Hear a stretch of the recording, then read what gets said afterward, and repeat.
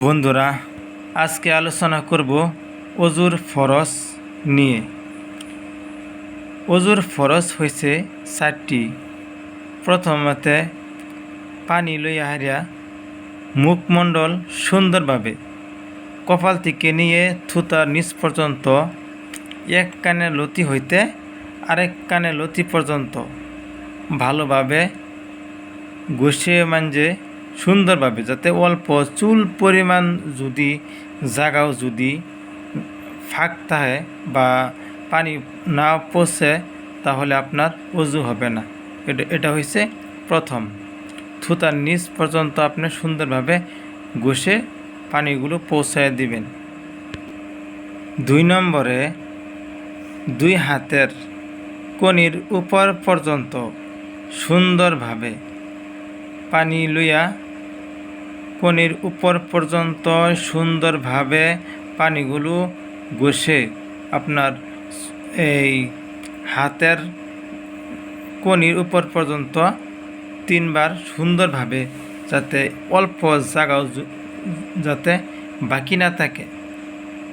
এটা হয়েছে 2 নম্বর ফরজ। 3 নম্বর ফরজ হয়েছে হাতের মাঝে পানি লইয়া মাথার 4 ভাগের 1 ভাগ মুসাহ করা। পানিগুলো হাতের মাঝে নিবেন, যারা দিয়া মাথার 4 ভাগের 1 ভাগ মুসাহ করবেন। অজুর ফরজ। তারপরে 4 নম্বরটা এখন বলতেছি। 2 পায়ের টাকনু সহ সুন্দরভাবে ধোবেন। যদি অল্প পরিমাণও যদি বাকি থাকে, তাহলে আপনার অজু হবে না। কথাটা সুন্দরভাবে বুঝার চেষ্টা করবেন।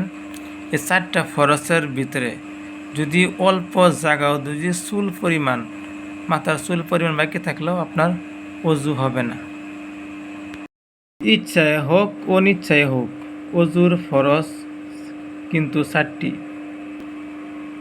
অঙ্গগুলো ধোয়া হয়ে গেলে অজু আপনার হয়ে যাবে। যেমন কেউ যদি বৃষ্টিতে ভিজে, তার কিন্তু অজু হয়ে যাবে। নদীতে যদি কেউ পড়ে যায়, ভরপুর পানি মাঝে যদি গোসল করে, তার কিন্তু অজু হয়ে যাবে। কেউ যদি অজুর নিয়ত করুক বা না করুক, কিন্তু অজু যদি কেউ করে, অজু হয়ে যাবে, কিন্তু অজু করার নিয়তের সবটা সে পাবে না।